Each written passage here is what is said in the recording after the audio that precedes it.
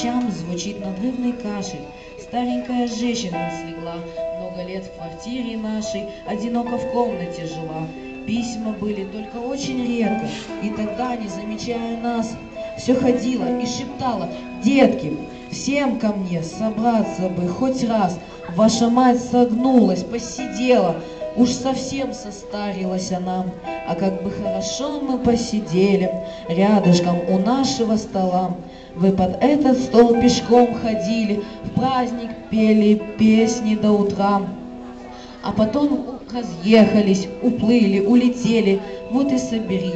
Заболела мать, и той же ночью телеграф не уставал кричать: дети, срочно, дети, очень срочно, приезжайте, заболела мать. Из Одессы, Таллина, Игарки отложила в досделанных делам.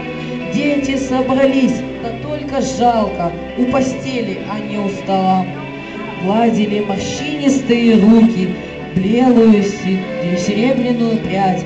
Почему же дали вы разлуки так надолго между вами стать?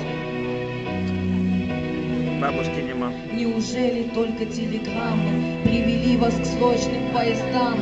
Слушайте, пока есть мамы, приезжайте к ним без телеграмм.